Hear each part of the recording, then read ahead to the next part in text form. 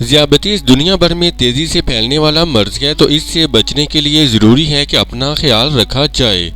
मगर किस उम्र में लोगों को ब्लड शुगर टेस्ट कराना मामूल बना लेना चाहिए और किन चीज़ों को मद्देनज़र रखने के बाद ऐसा करना चाहिए? इस सवाल का जवाब अमेरिका में होने वाली एक नई तहकीक में दिया गया है। नॉर्थ वेस्टर्न यूनिवर्सिटी की इस तहकीक में बताया गया है कि 35 साल की उम्र के बाद तमाम अफराद को ज़ियादतीस के स्क्रीनिंग को मामूल बना लेना चाहिए।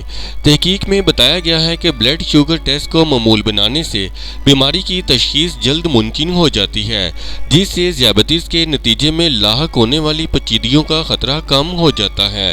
मुहक्किकीन ने बताया है कि ज़ियादतीस ऐसा मर्ज़ है जो सेहत को बहुत ज़्यादा नुकसान पहुंचाता है और इसी वजह से टेस्टिंग के अमल को यकीनी बनाना चाहिए। ज़ियादतीस से कबल प्री डायबिटीज़ के मराहिल से गुजरते हैं, जिसके दौरान ब्लड शुगर की सतह मामूल से ज़्यादा होती है, मगर इतनी ज़्यादा नहीं होती कि किसी फर्द को ज़ियादतीस टाइप 2 का मरीज़ करार दे दिया जाए।